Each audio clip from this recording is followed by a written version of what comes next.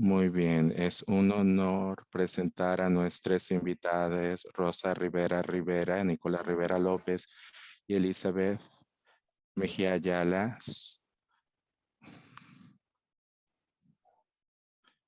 Son miembros del Comité de Memoria Histórica de Sobrevivientes de Arcatao Chalatenango, que está formado por personas que sobrevivieron la violencia estatal. Antes de presentar a nuestras invitadas especiales, me gustaría compartir la historia que ha marcado la vida de los miembros del comité. En los años 70, trabajadores del campo como Rosa y Nicolás se unieron al Sindicato de Trabajadores Agrícolas y el sindicato exigía salarios dignos y acceso a alimentos y agua potable para los trabajadores de las plantaciones.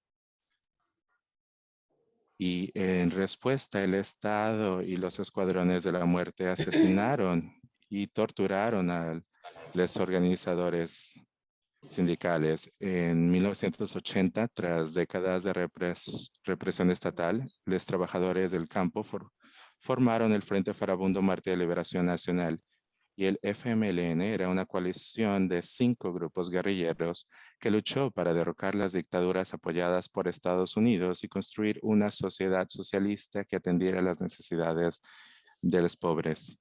La mayor guerrilla del FMLN se organizó en el departamento de Chalatenango, en donde se ubican los miembros del comité. Y durante los años 80, los trabajadores del campo construyeron alternativas al capitalismo en los territorios guerrilleros, organizaron consejos para gestionar democráticamente sus propias vidas y los consejos crearon cooperativas, escuelas y clínicas. Estos consejos representaban una forma radical de autogobierno y democracia directa.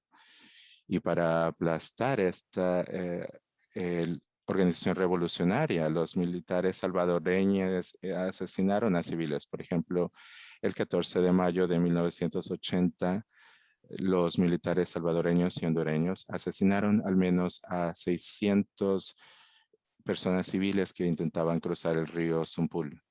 La guerra civil terminó en 1992 y resultó con la muerte de 75,000 personas, el 85% que fueron asesinadas por las fuerzas gubernamentales y los escuadrones de la muerte fascistas.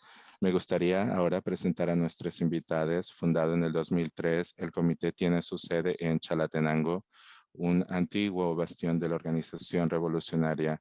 El comité se organiza para obtener justicia, verdad y reparaciones para las víctimas de la violencia estatal. Rosa Rivera Rivera es originaria de Chalatenango.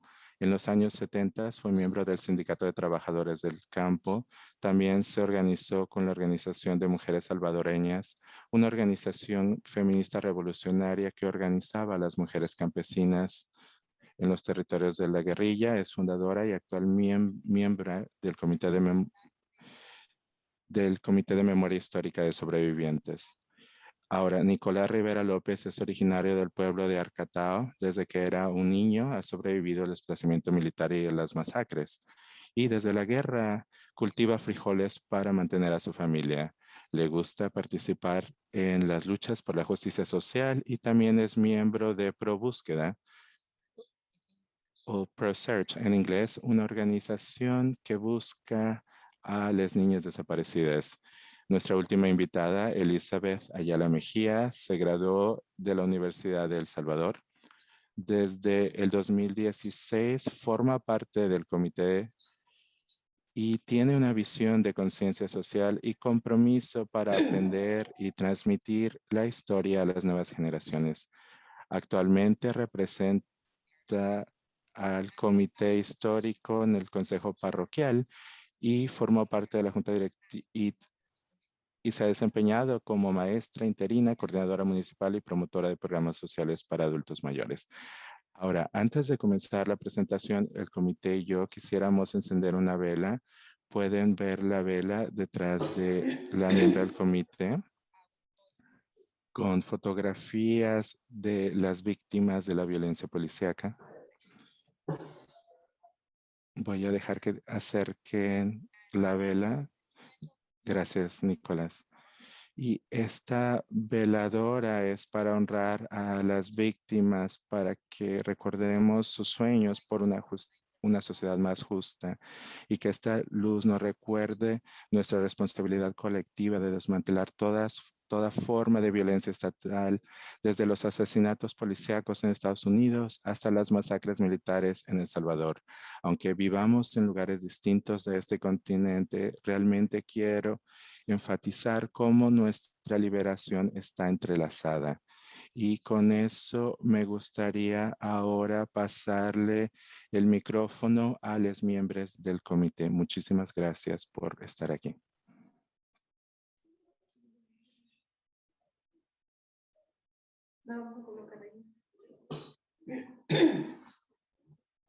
Diana, vamos a compartir para comenzar la primera parte. Sí, compañera, puedes empezar.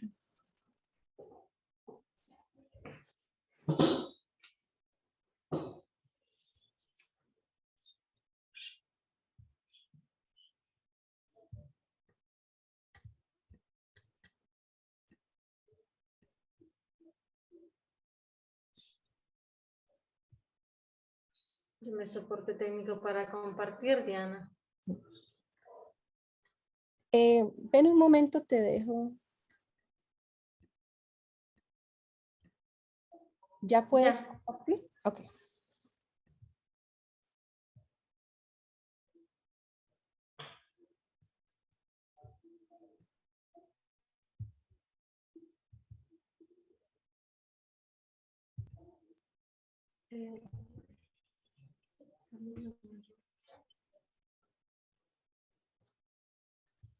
¿Ya pueden ver, Diana? Sí, si quieres puedes hacer la pantalla grande para que se vea completamente como en forma de presentación. Si vas ahí, perfecto.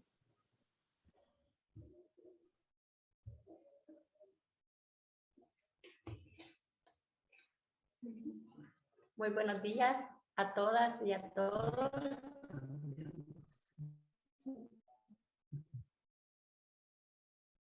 Diana. ¿Se escuchan? Sí, sí, las escuchamos. Ujú. Es un gusto estar aquí compartiendo con todas y todos ustedes. Para nosotros como comité, pues es un honor transmitir desde acá nuestras vivencias. Quizás para comenzar, quiero hacer énfasis en cómo era la vida antes para toda la población trabajadora, para los campesinos, para la clase pobre, la realidad que se vivía en nuestro país. Pues teníamos una falta de servicios básicos, como es la educación, la salud, la vivienda.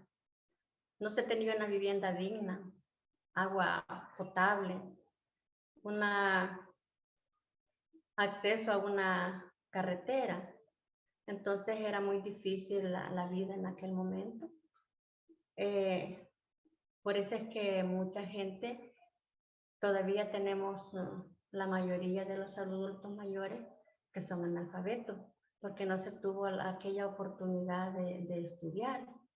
Entonces esas eran las cosas de que por esa razón fácilmente nos utilizaban. Y para los agricultores no se tenía una tierra donde trabajar. Siempre se alquilaba a los pequeños terratenientes que habían en los municipios y era explotada la población porque tenían que garantizarles las cercas, dejarles donde se hacía la milpa, pues dejarles lo que le llamamos nosotros aguatera para el ganado. Entonces era una vida bastante difícil. En la salud, pues no teníamos una clínica, no había un médico. Entonces el señor de la farmacia era el que desempeñaba el papel de médico, porque la gente venía a comentarle los problemas de salud que se vivían en la familia y él era el que recetaba los medicamentos. Era una situación bastante difícil. Y aparte de todas esas situaciones que sí vivíamos, teníamos la represión estatal, porque se vivía una represión por parte del Estado, que la gente cuando venían aquí al pueblo, era obligatorio que para pasar enfrente de la alcaldía había que hacer una venia, de levantarse el sombrero y hacer todos los honores a la bandera. Entonces éramos bastante marginados.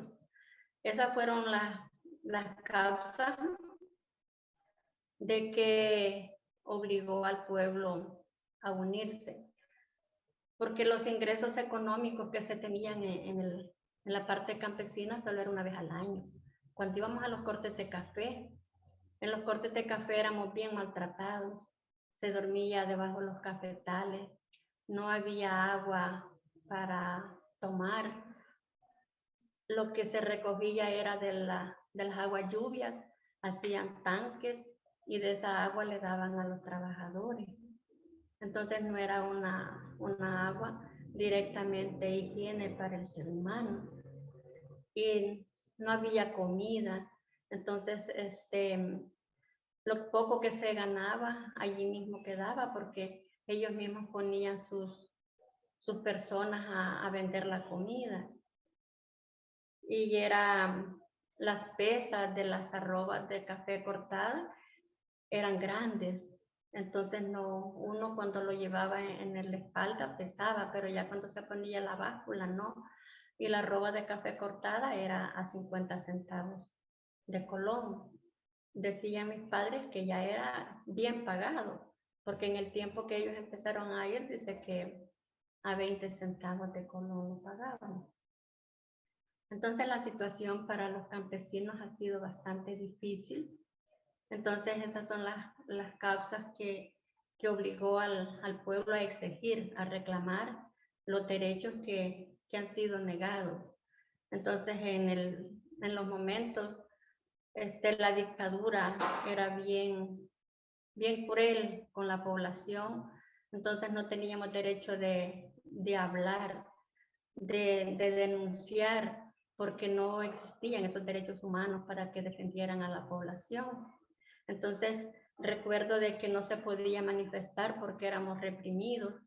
Recuerdo en el 30 de julio de 1975, los estudiantes de la Universidad de El Salvador hicieron una marcha en protesta por sus derechos y fueron masacrados. Entonces, y así la represión selectiva, fueron matando muchos cuadros que eran los que impulsaban cómo orientar al pueblo, cómo nuestros derechos han sido negados y que teníamos los mismos derechos como los demás. Entonces, y para nosotras las mujeres éramos bien marginadas porque no teníamos derecho en el tiempo de las elecciones de votar para elegir un presidente. Entonces, a nosotras las mujeres nos han utilizado como si fuéramos un instrumento nada más de un negocio, porque en una pantalla de promoción siempre aparece una mujer y que las mujeres no servimos para nada, que solo servimos para la reproducción, para atender al esposo, cuidar los hijos, las cosas de la casa. Entonces, ha sido una marginación bastante grande. Y por otro lado, el sistema patriarcal. Entonces, por la falta de educación, eran sistemas patriarcales que también desde la familia eran inculcados esa discriminación hacia a la población, a las mujeres más que todo. Entonces, decirles de que ha sido una lucha constante de exigir, de reclamar esos derechos que toda la vida han sido negados.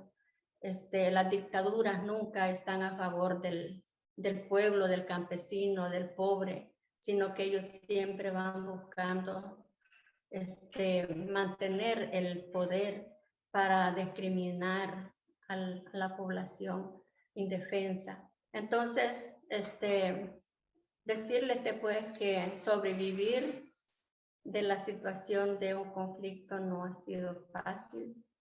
Hemos tenido que enfrentar muchas cosas, esa represión selectiva, esa humillación, esa violación, a querernos callar, a querernos humillar, que nunca exijamos los derechos que son negados.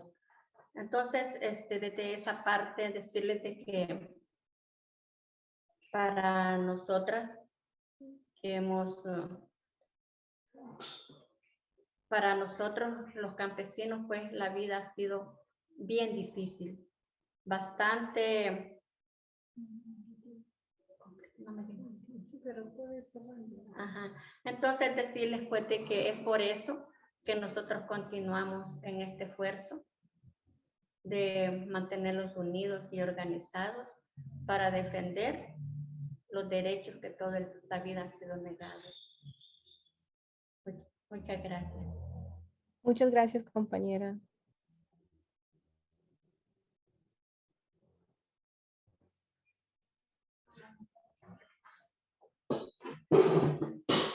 No Bueno. sé si se mira, Diana. Sí, sí, podemos ver la pantalla. Bueno, como decía Bosa, antes de la guerra era muy difícil y esa situación fue la que, buenos días, la que obligó al pueblo a tomar las decisiones de huir, digamos, de la represión. Llegaban a las casas, las quemaban, asesinaban, grupos desaparecían a la gente, principalmente a los líderes campesinos, porque aquí principalmente en aquellos tiempos de la organización social fue la UTC la que fue más fuerte, la Unión de Trabajadores del Campo, y entonces los líderes de estas organizaciones eran desaparecidos. Y eso obligó, los fuertes operativos venían a las comunidades, asesinaban mujeres, niños, mujeres embarazadas, las quemaban. Y eso obligó a que hubiera un éxodo masivo, el desalojo de todas las comunidades. Y principalmente la población de la zona nororiente tuvo que irse a la frontera entre Honduras y El Salvador, lo que es la comunidad de lo que es La Cañada, Los Filos, el Chupamiel y el Portillo. Gran concentración de gente que había allí. En las casas que habían, las familias fueron muy generosas, que albergaron 10, 15, 20 familias dentro de su casa, en su corredor, en su patio, en su solar, acomodaba lugar, se compartía los útiles de cocina y ahí no quedó otra opción. O irse a Honduras a huir, o dejarse matar, o buscar formas de defensa. Y ahí es cuando surgen las milicias y la guerrilla para autodefenderse. Entonces, pues no quedaba otro camino. La gente no se organizó para defenderse porque quería una guerra. La gente se organizó porque no quedaba otro camino. Ya venía una represión muy fuerte y entonces es cuando surge la guerrilla. Principalmente aquí en la zona fueron las Fuerzas Populares de Liberación, FPL, las que fueron muy fuertes, las que crecieron, todos aquellos jóvenes con aquel espíritu de lucha, para poder defender a las personas que no podían, a los ancianos, a los niños. Entonces, esto fue creciendo, empezó de muy poco, pero la gente, el gobierno, empezó con más represión y entonces la gente, los jóvenes principalmente, tenían ese espíritu de lucha, jóvenes y mayores, y decían, no nos queda otra, debemos luchar, debemos quitarlos este yugo. Y entonces ya muchos más jóvenes deseaban combatir al régimen, al gobierno, a las Fuerzas Armadas, guardias y soldados, pero no había armas, no había cómo. Y entonces usaban desde las trampas artesanales, las armas artesanales, las pequeñas armas, y entonces era con lo que se podía, incluso con barra, con lo que fuera para hacer las trampas. Era una forma de acto defenderse, y no porque la gente quería. Entonces luego, pues el gobierno ya no podía matar a la gente como lo había hecho en las otras comunidades, y sino que ya allí ya sentía resistencia. Y entonces es cuando comienzan a bombardear. Recuerdo yo como niño, cuando era niño, el primer bombardeo que yo sentí, yo tenía apenas 10 años. Entonces, al estar a los 10 años, de 10 años y aquel bombardeo por primera vez, sentir que los aviones llegaban a la comunidad y que lanzaban aquellas bombas muy fuertes, pues la verdad, para uno como niño, no era nada fácil soportar aquello o entender aquello, por qué un gobierno que debería de proteger a su gente, a sus ciudadanos, estaba bombardeándolo. Y tiraba bombas a las casas, a todo donde pudiera haber gente. Pues, y ya los operativos militares fueron más fuertes. El gobierno fue entrenando al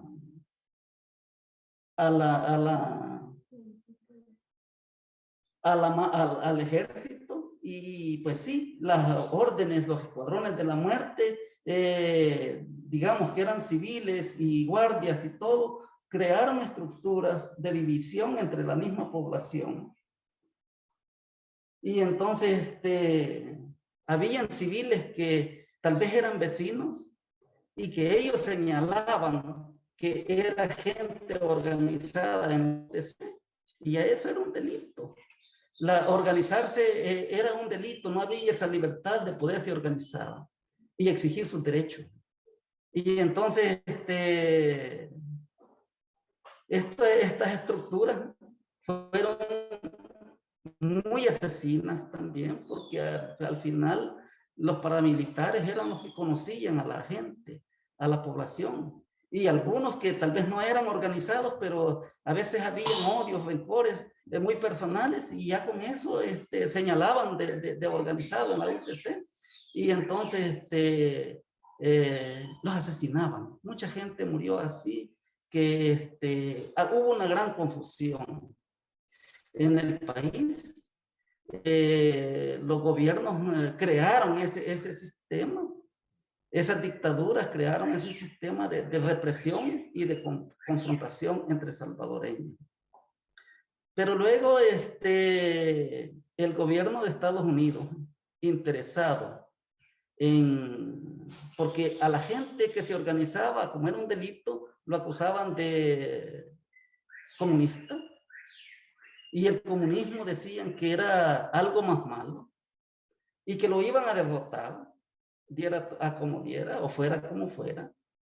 Y el gobierno de Estados Unidos ayudó al gobierno de El Salvador con grandes cantidades de dinero para hacer la guerra. Y el gobierno de Estados Unidos entrenó a muchos de los batallones élites que vinieron y participaron en grandes masacres, principalmente ya en muchas masacres como la del Mozote, como la Guinda de Mayo, aquí en la zona nororiente de Chalatenango, que para nosotros también fue muy fuerte.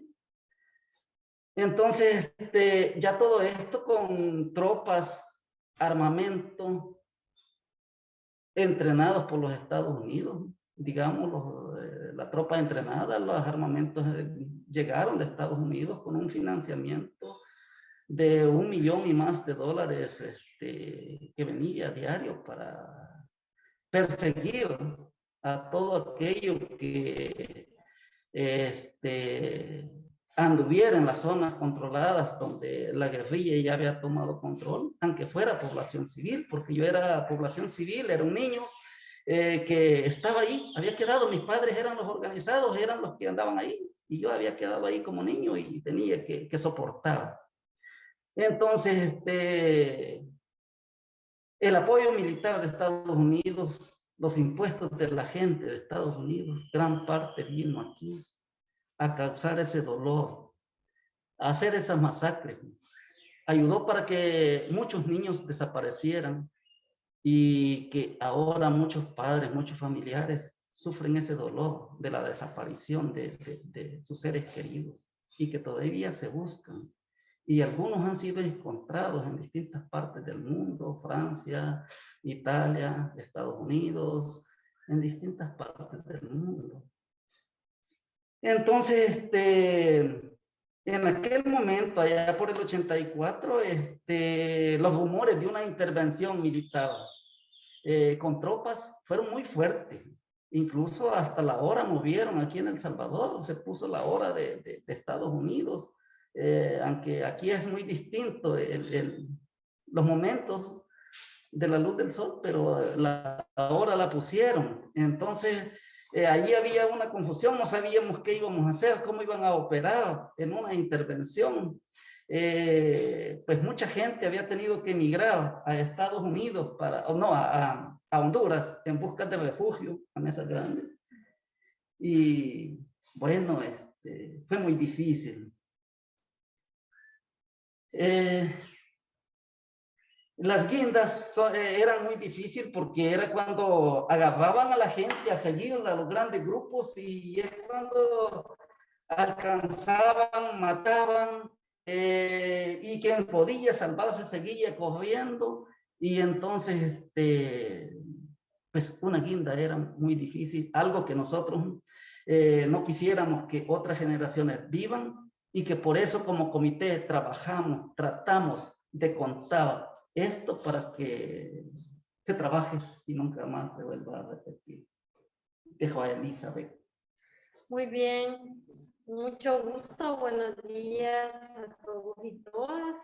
Pues luego de haber conocido un poco del contexto, ¿verdad?, en el que se dio el conflicto armado en El Salvador, el antecedente que tuvo la guerra en nuestro país, vamos a conocer cómo fue que luego de una posguerra, nosotros como parte del municipio de Arcatao, departamento de Chalatenango, luego de vivir una cruel y cesante guerra, nos sometemos luego de 1992, luego que se dan los acuerdos de paz, a un proceso de reconstrucción comunitaria.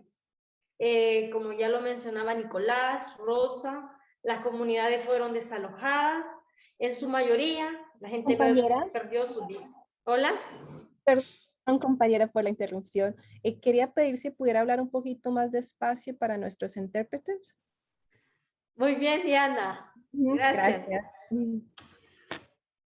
Recapitulando lo que mencionaba, luego de conocer el contexto en el que se vio sumergido nuestro país durante el contexto del conflicto armado salvadoreño, y luego que se dan los acuerdos de paz en 1992, entramos a un proceso de reconstrucción comunitaria, ya que todas las familias que se vivieron envueltas en ese conflicto habían perdido sus viviendas, necesitaban establecerse en un lugar de vivir.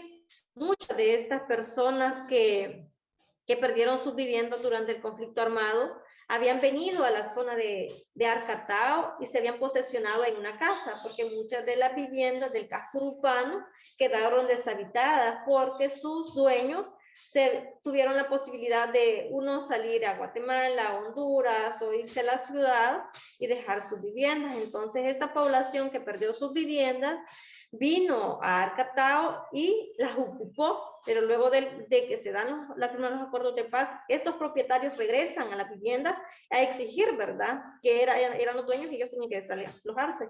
Entonces, la comunidad se vio envuelta de que no tenían donde vivir. Las juntas directivas comunales y la parroquia en ese momento empiezan a hacer gestiones para ver de qué manera se les ayuda a las familias a que tengan una vivienda digna. Entonces, con el apoyo de aquel momento de la parroquia, bueno, siempre hemos tenido el apoyo de la Compañía de Jesús aquí en el municipio. Ha sido como el bastión que ha encaminado el desarrollo de nuestras comunidades. En aquel momento gestionó para que se construyeran viviendas y para que todos hoy en día gozáramos de una vivienda digna. Y así resurge lo que son un comité de agua que le dé mantenimiento a ese servicio tan vital para todos los habitantes, porque ya decía Rosa, antes del conflicto armado no había servicio de agua potable. La gente iba a las quebradas o a pozos donde había agua, donde había nacimientos de agua, pero muy lejos de las comunidades. Pero luego que se crea ya proyectito, le llegaba el agua a la casa, pero tenía que haber una administración que estuviera dándole seguimiento a lo que es la administración de ese servicio. Y así también surgen áreas de mujeres o comités de mujeres con el interés de crear iniciativas que generen ingresos para la manutención de las familias, conociendo de que durante el contexto del conflicto muchas mujeres quedaron viudas, quedaron con hijos y había que de alguna manera sobrevivir. Entonces nació un comité de bordado, donde la iniciativa es que aprender un oficio y de esa manera generar un ingreso a la familia, ya que las personas aprendían a hacer mantas, bordados en camisa, bordados en manteles, y eso con el apoyo y coordinación de la parroquia, organismos internacionales, se vendía eso, y eso generaba un ingreso a estas áreas o comités de mujeres. Luego tenemos el comité. ¿Cómo surge el comité? Diana lo mencionaba. Nosotros nacemos 2003 bajo procesos de salud mental, sabiendo de que El Salvador recientemente había pasado los terremotos y que venía apoyo internacional para dar ayuda psicosocial, pero Arcatao precisamente no había sido un lugar afectado por los terremotos. Somos zona bastante rocosa donde la tierra es firme, que no se ve afectado, pero sí habían secuelas de la guerra. Entonces es ahí, como en esos procesos de salud mental, nace esta iniciativa de querer recuperar y transmitir la memoria. Acá tenemos para que se ubiquen un poquito. Somos un municipio bastante pequeño. Aquí tenemos la parte de la plaza central de Arcatao. Y también compartir con ustedes nuestras áreas. Nosotros desde que nos formamos como comité, nos trazamos pilares o líneas de trabajo y definimos nuestro objetivo de trabajo, y en aquel momento, y lo sigue siendo, es promover el rescate y la preservación de la memoria histórica como una herramienta de transmisión que genere conciencia social, como ya nos identificamos, para las presentes y las nuevas generaciones. Nuestro quehacer como memoria histórica, como comité, es eso: hacer conciencia social, transmitir lo que se ha vivido en nuestro país para hacer acciones que no atenten, ¿verdad?, contra los derechos de las personas más desposeídas de las sociedades.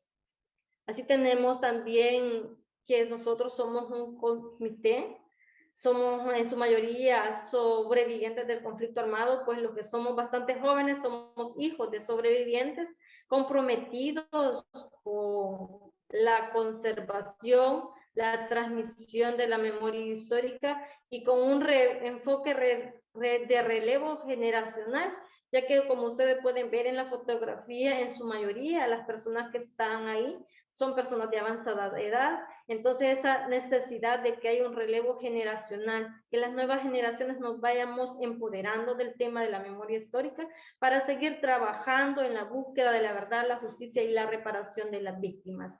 Esto es como nuestro enfoque de trabajo.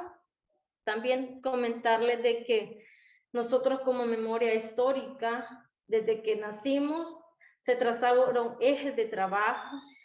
Nuestros ejes de trabajo son tomas de testimonios, pues trabajar con diferentes organismos que vienen y nos solicitan ayuda para querer reservar la memoria. Pues nosotros no es que tengamos muchos recursos para poder como conservar estos testimonios, pero hemos tenido pequeños apoyos donde se hemos podido tener o tomar una serie de testimonios para luego hacer un pequeño libro que cuente la historia, porque ven ustedes que ya pasaron varios años del conflicto armado, mucha gente, muchos testimoniantes están muriendo y hay que dejar fe de lo que pasó en nuestro país para que la gente conozca y pueda leer. Entonces, por esto ese eje, ¿verdad? La toma de testimonios.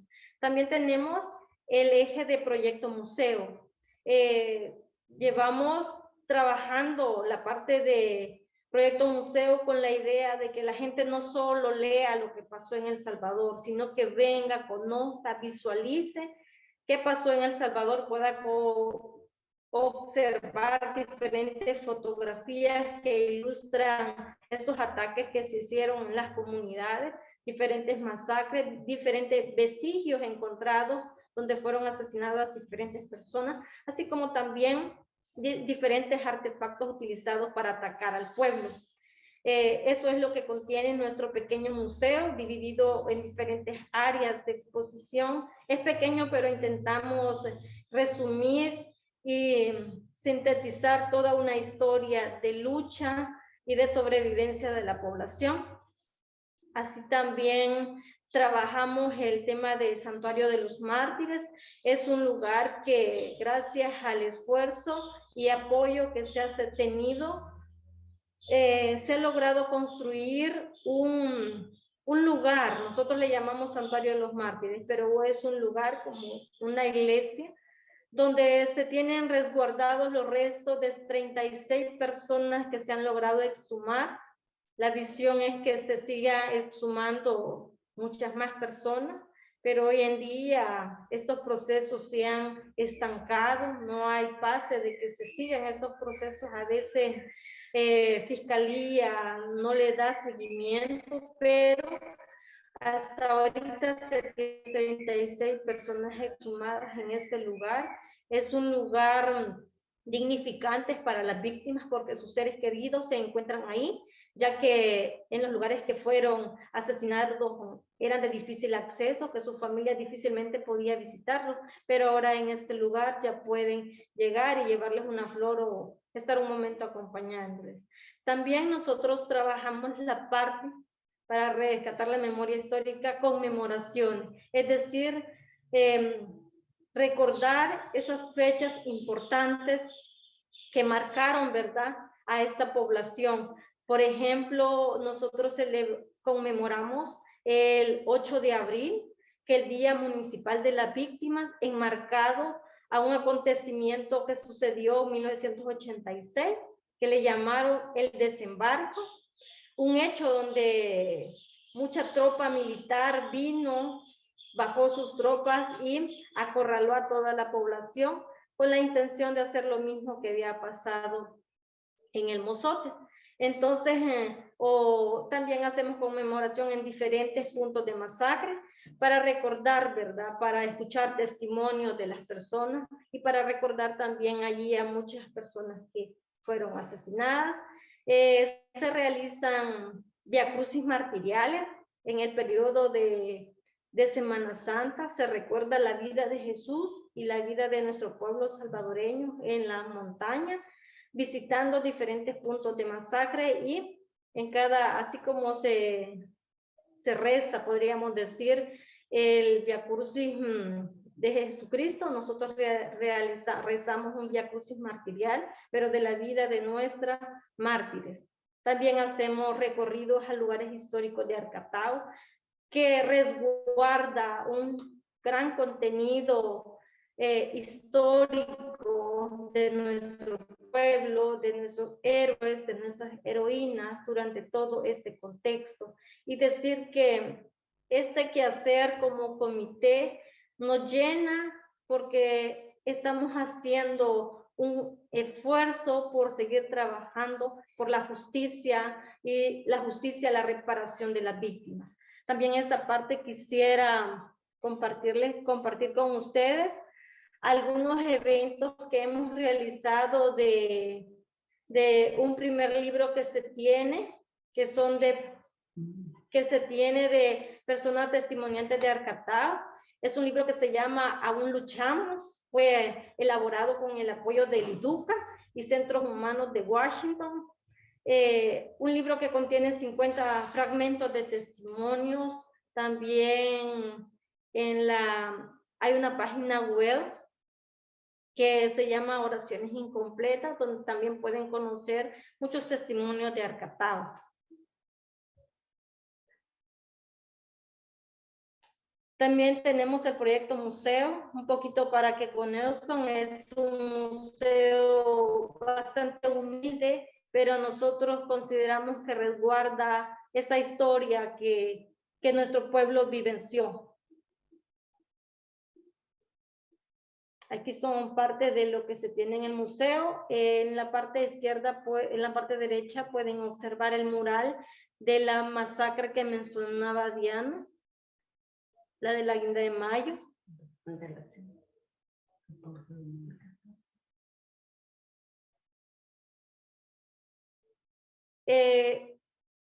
Aquí podemos ver la parte de cuando se hacen los procesos de exhumación, y aquí tenemos donde se encuentran resguardados las osamentas que les mencionaba. Esto es el Santuario de los Mártires. Y en esa parte es donde se van a hacer las exhumaciones. Son diferentes puntos dependiendo de dónde fueron asesinados y enterrados. También aquí tenemos el Santuario de los Mártires. Ese es el lugar, ¿verdad? El lugar que les mencionaba es como un templo, pero un templo sagrado, ¿verdad? Porque se encuentra resguardado nuestros familiares asesinados. Ahí también podemos ver un evento.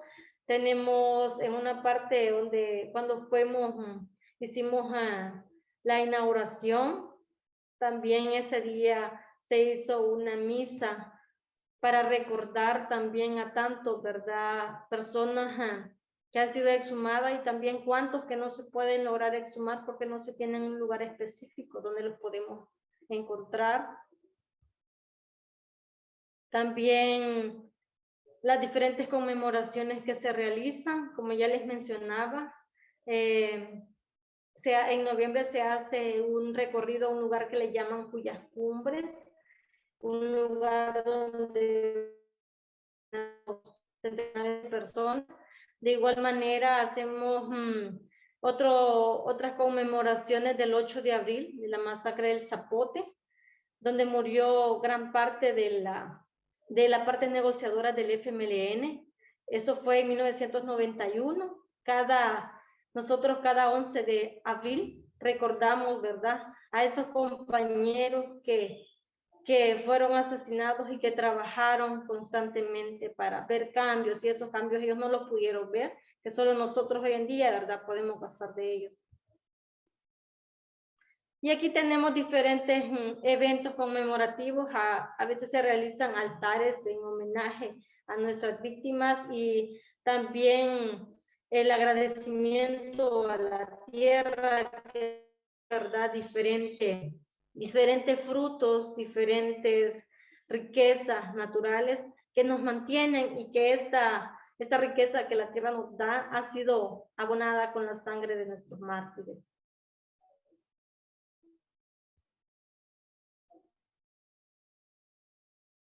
Ahí podemos ver diferentes actividades de memoria que realizamos.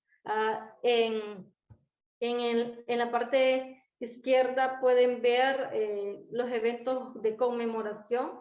De igual manera, donde podemos observar la vitrina con esos vestigios de ropita, es una misa que se hizo para honrar la vida de la víctima. Son vestigios de ropa de personas que fueron asesinadas. Y aquí también realizamos la parte complementaria para las personas que visitan y quieren conocer un poco de la historia de nuestros lugares. Pues hacemos un recorrido a la Cañada, es conocer el primer lugar que fue bombardeado, pues se va a ver, se conoce, y también fue un lugar importante de apoyo para las personas que salieran de su casa, una zona de resguardo. Entonces visitamos a la Cañada, se hacen recorridos históricos que la persona conoce y se interesa, ¿verdad?, por conocer esa vida de la organización de la comunidad. Así también el trabajo que se hace, ¿verdad?, con las nuevas generaciones, un intercambio de memoria, un intercambio generacional para que las nuevas generaciones y las actuales conozcan esta historia y se comprometan y se empoderen también, como decíamos, del trabajo que realizamos como Comité de Memoria Histórica. Entonces, hasta aquí decirles que es un gusto para nosotros como comité compartir nuestro quehacer en rescate y preservación de la memoria histórica, y que buscamos eso, ¿verdad? Hacer esa conciencia social para que todas las personas que conozcan nuestra historia y nuestro trabajar, hagamos como un compromiso por trabajar por la paz en el mundo, para que no haya guerra, y donde quiera que estemos, en los puestos que la vida nos lleve, en la vida laboral, nosotros seamos unas personas de cambio y constructoras de paz. Y hasta aquí, ¿verdad?, nuestra presentación. Muchas gracias por la atención. Quedamos abiertos a las preguntas que ustedes nos quieran hacer sobre lo que se ha planteado este día. Muchas gracias. Muchísimas gracias, compañeros. Elizabeth, te iba a preguntar si puedes quitar la presentación para que te podamos ver, que se Sí. fue el video. Y ahorita en este momento me voy a cambiar al canal de inglés.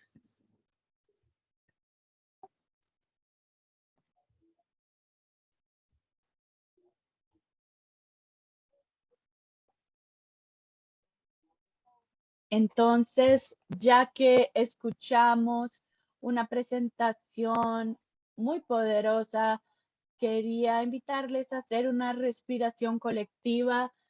La historia de la violencia estatal es bastante para contener. Entonces queremos tomar una respiración profunda por una cuenta de 4, la vamos a sostener y luego la vamos a exhalar. Respiramos 4.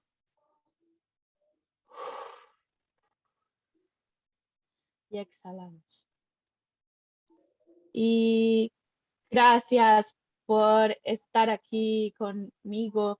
Entonces quiero invitarles a ir al chat por unos 5 minutos para hacer una reflexión de cómo se están sintiendo y quizás qué han aprendido escuchando al comité. Voy a poner un poco de música y luego vamos a darnos unos 5 minutos para que compartan en el chat.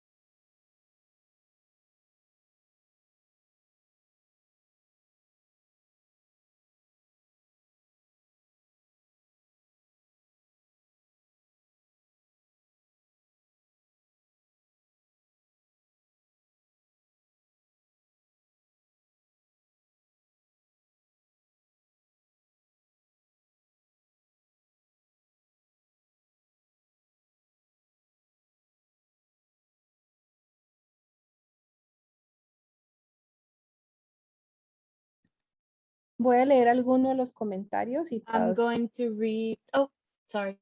Okay. Aquí tenemos comentarios que dicen que se sienten muy agradecidos que ustedes hayan compartido sus historias.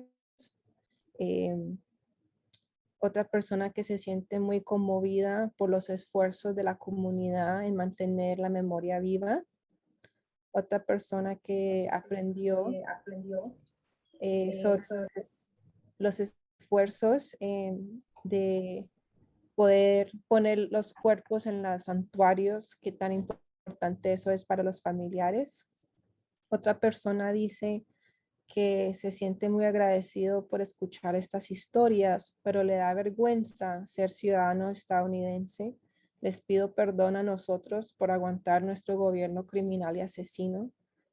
Otra compañera dice que en Nueva York, en los años 80, ella trabajó con el Comité de Solidaridad con el Pueblo Salvadoreño, CISPES, y que es un honor escuchar directamente de sus experiencias. Tenemos que hacerle rendir cuentas al gobierno estadounidense por sus acciones en El Salvador y en el mundo. Dice que es muy importante, otra persona dice, es importante conocer el trabajo del comité porque tenemos que entender qué significa ser un ciudadano americano en este mundo. Ver las armas, acerca de las armas artesanales, me conmovió muchísimo. Mucho amor al comité y al pueblo de Arcatao. Y sí, siguen y siguen llegando los comentarios. Entonces, muchísimas gracias a todos por compartir. En este momento me gustaría compartir unas preguntas que generaron mis estudiantes. Entonces, vamos a tomar unas 3 preguntas y después le voy a dar prioridad a nuestra audiencia que nos está escuchando en español en El Salvador. Entonces, la primera pregunta, compañeros, es que si ustedes ven como una falta de entendimiento entre las nuevas generaciones y las viejas generaciones acerca de lo que pasó en esta historia, como que si hay una brecha en el conocimiento.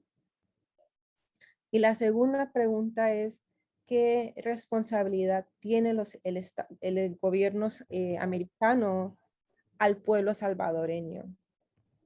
En 2 aspectos, en cómo el gobierno ha borrado el papel que tuvo en esta guerra y también en el impacto de la guerra en el pueblo salvadoreño. Si están claras las preguntas, me pueden corregir porque las estoy traduciendo simultáneamente del inglés al español.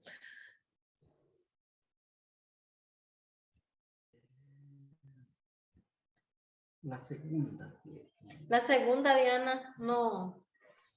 Sí, que cuál es la responsabilidad del gobierno norteamericano con el pueblo salvadoreño debido a que causó esta guerra.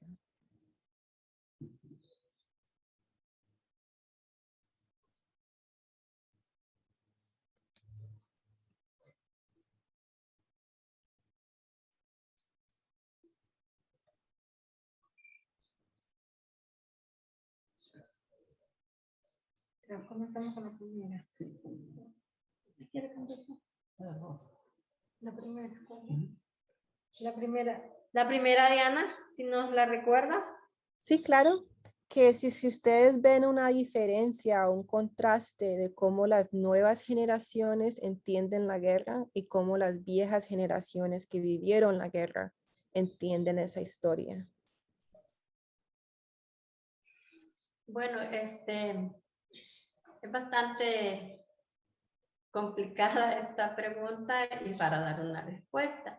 En verdad, dentro de las nuevas generaciones hay bastantes jóvenes que no quieren saber nada de lo que pasó, pero también hay una otra parte que sí está muy interesado en conocer qué pasó en nuestro país, porque siempre como comité siempre tenemos una palabra que decimos que el pueblo que olvida su historia seguramente la va a volver a repetir. Entonces hay jóvenes que sí están muy interesados en conocer, y muestra de eso es Elizabeth, que no vivió así en carne propia lo difícil de la guerra, pero al escuchar y involucrarse en el comité, ha asumido una gran responsabilidad con el comité y con las víctimas y con los jóvenes, pues, porque también ella está haciendo trabajo de incidencia con los jóvenes. Entonces, es como que es bastante difícil que todos los jóvenes se empapen y quieran luchar. Una, porque les duele mucho cuando se les cuenta de primera mano lo que han vivido sus padres. Entonces eso como que dicen, no, yo no quiero saber porque me duele mucho lo que han vivido. Entonces creo que lo van a llegar a entender a medida de que vayan en la adultez. Entonces creo que, y también el sistema en que se está viviendo ahorita, que vivimos la nueva dictadura, les va a enseñar también de que hay que volver a organizarse y luchar por esos derechos. Creo que el caminar de la vida también les va a ir enseñando qué es lo que se tiene que hacer. No sé si pude responder la pregunta. Sí, sí. Solo quisiera abonar un poquito a la pregunta. Quisiera hacer referencia de que la percepción que los jóvenes vemos sobre la guerra va a diferir dependiendo el conocimiento que tengamos de las causas por el cual se dio la guerra en nuestro país. Pero a veces hablamos con algunos jóvenes que desconocen totalmente porque la historia se ha querido borrar. Digamos, en El Salvador, unos pequeños pincelazos de lo que es la historia del Salvador se les da a los jóvenes cuando van a bachillerato, el que es el school en Estados Unidos, que no a profundidad no hablan como el protagonismo que el gobierno tuvo en relación a la violación a los derechos humanos, sino que le transversan la historia. En mi historia personal, yo no lograba entender la guerra en bachillerato. Gracias a mi seguimiento en mi preparación, fui leyendo, fui conociendo, y luego de que conocí a través de textos escritos, mi experiencia en vivenciar con personas sobrevivientes, y les puedo decir, la percepción que pude tener en algún momento, cómo vi la guerra, me cambia en el momento de que yo conozco de viva voz de las personas sobrevivientes. Entonces, la percepción de cómo se puede ver la guerra va a cambiar dependiendo del conocimiento que tengan los jóvenes sobre el contexto y origen de la guerra. Podría decir que a muchos jóvenes no les interesa, son apáticos al tema de la guerra, pero porque desconocen la importancia que esto tuvo para lograr muchos cambios en nuestro país, y no se reconocen muchas luchas de muchas organizaciones y personas que trabajaron arduamente para que en nuestro país se tengan los derechos que se tengan hoy en día. Gracias, compañeras. Tenemos como unos 6 minutos más, pero les quería hacer otra pregunta. ¿Cuál es tal vez el mensaje que ustedes tienen para las nuevas generaciones? Y también ustedes cómo se cuidan su salud mental, su bienestar emocional, especialmente para los compañeros, la compañera Rosa, el compañero Nicolás, que vivieron esto en carne propia, de cómo se cuidan para poder seguir transmitiendo esta memoria. Y también tú, Elizabeth, si tienes esas conexiones familiares, que eso cuesta poder contar.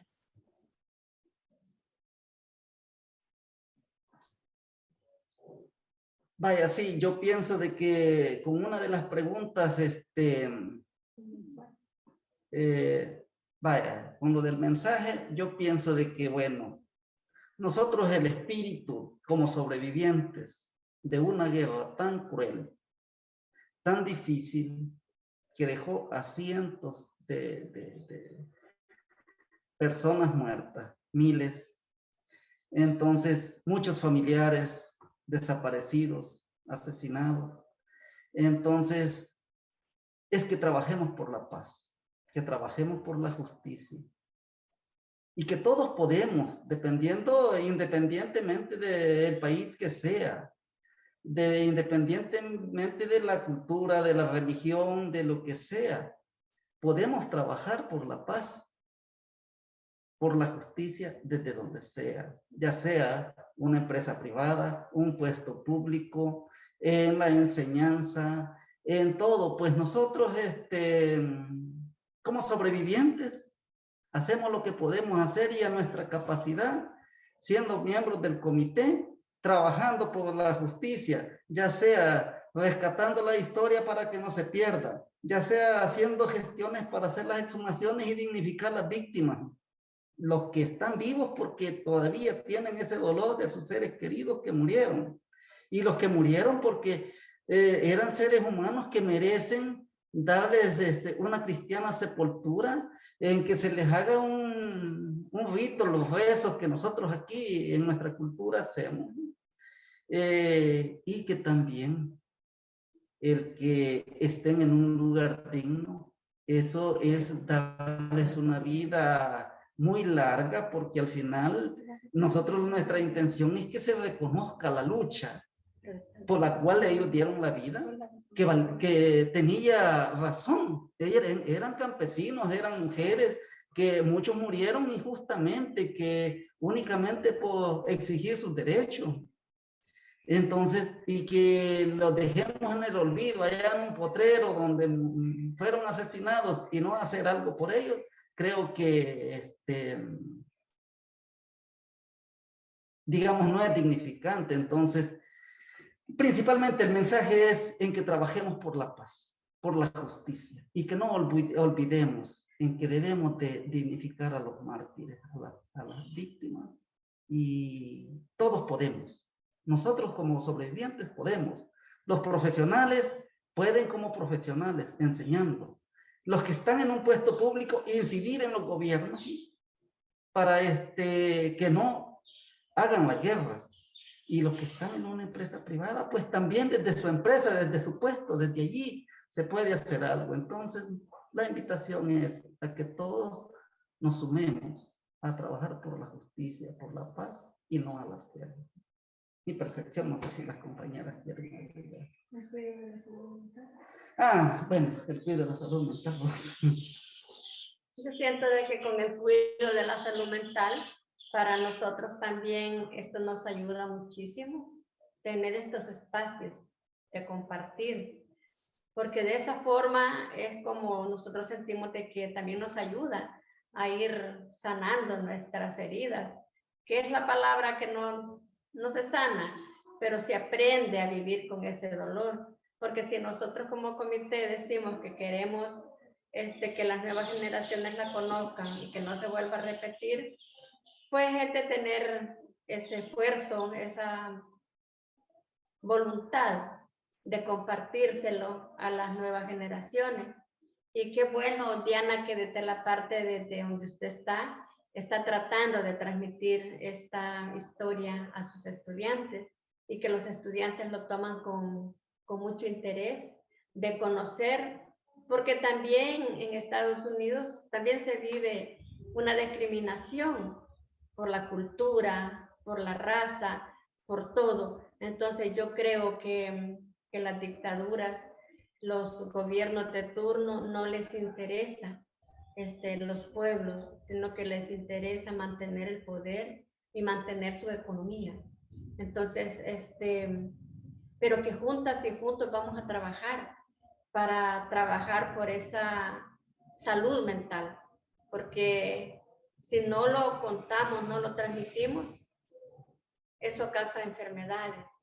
Entonces, si de esta forma es como irnos cuidando y trabajar por los demás, con estos esfuerzos que hacemos como comité de las exhumaciones, también estamos ayudando a las familiares que perdieron sus seres queridos a tener una reparación moral, ya que el gobierno este tema no lo ve como una necesidad que tenemos las víctimas. Quizás. Eso. No, y yo pienso también de que en nosotros sentir los que podemos hacer algo y que podemos, eso nos ayuda a sentirlos que como sobrevivientes, que no fuimos a la escuela, no tenemos esos conocimientos técnicos, pero tenemos conocimientos de la vida. Entonces creo que eso nos ayuda a nuestra salud mental a decir, podemos.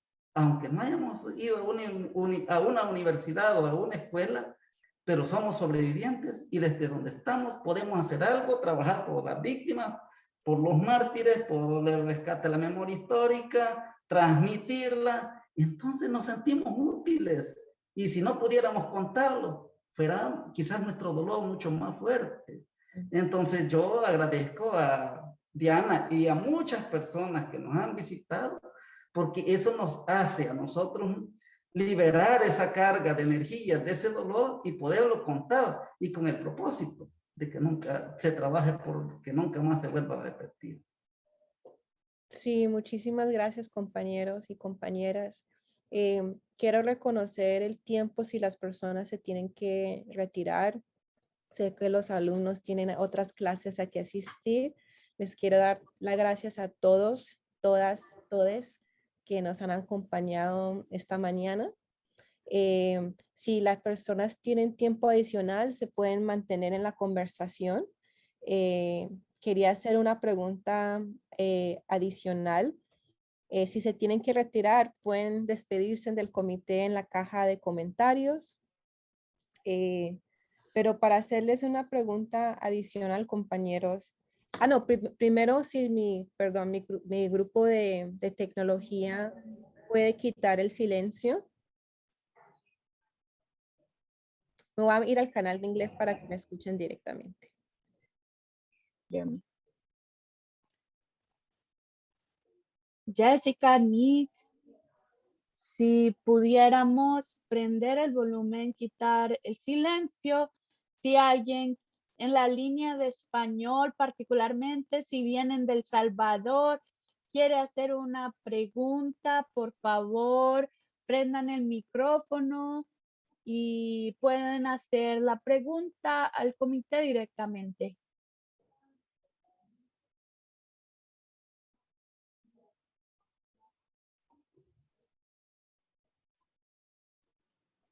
Yo sí tengo una pregunta. ¿Encontraron dificultades en construir el museo, en hacerlo por el controversismo, o sea, del tema? Si pudieran hablar un poco de eso.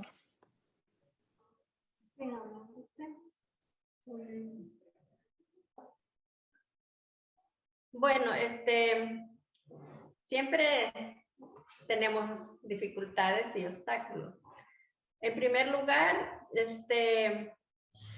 gracias al Padre Miguel, nosotras tenemos aquí esta sala para irle dando forma a nuestro museo. Se hizo una campaña de recolección de objetos para tenerlos aquí en el museo. Pues de esa forma es como vamos trabajando.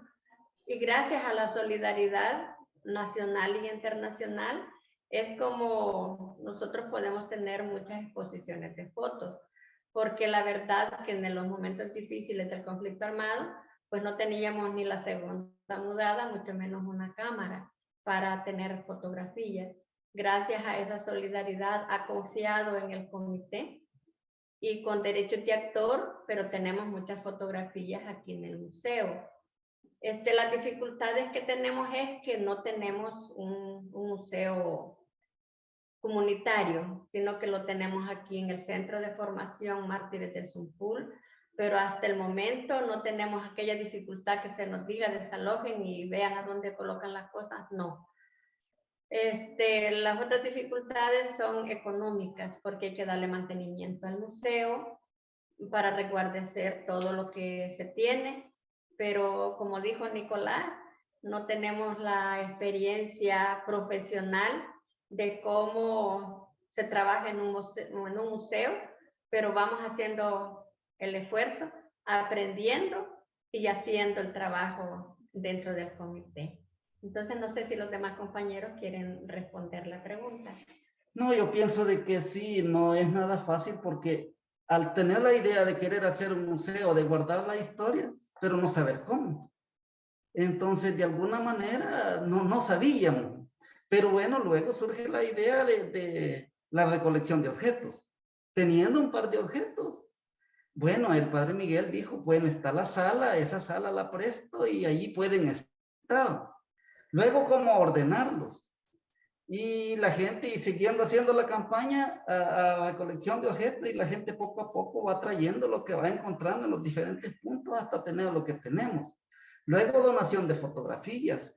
Luego, y ahí vamos coleccionando. Todo esto sin experiencia para hacer las exposiciones, ir haciéndolas de acuerdo a lo que conocimos, a lo que vivimos. Así uno, entonces, eso de que dificultades hemos tenido, seguimos teniendo, la ilusión, la esperanza es que vamos a tener un día una casa museo donde ya tenga más o menos las áreas que necesitamos, ¿no? Y que ya no esté tan amontonada. Entonces, pero para nosotros hemos hecho lo que hemos podido hacer y con dificultades, con limitancias, pero vamos caminando. Y ahí es donde decimos, podemos hacer algo. Porque si no los hubiéramos puesto, no tuviéramos nada. Y los pusimos a hacerlo y tenemos lo que tenemos. Gracias, compañeros, y gracias por la pregunta. En este momento voy a concluir el evento porque también nuestros intérpretes se tienen que ir. Entonces, le quiero dar las gracias de todo corazón al comité por compartir una metodología tan inspiradora que nos enseña un camino de cómo podemos transmitir la memoria poniendo la sanación, la dignificación y la justicia en el centro. Y muchísimas gracias a nuestros invitados que se quedaron más tiempo. Y también muchísimas gracias a nuestros intérpretes, Aldo y Chivita, que es un trabajo muy difícil hacer interpretación en vivo. Entonces, saludos a todos y muchísimas gracias. Muchas gracias. Bueno, muchísimas gracias a todos los que han estado escuchándonos. Y bueno, esperamos que en otro momento también haya nuevas exposiciones, ya que es nuestro interés. Muchísimas gracias. Muchas gracias por el espacio. Gracias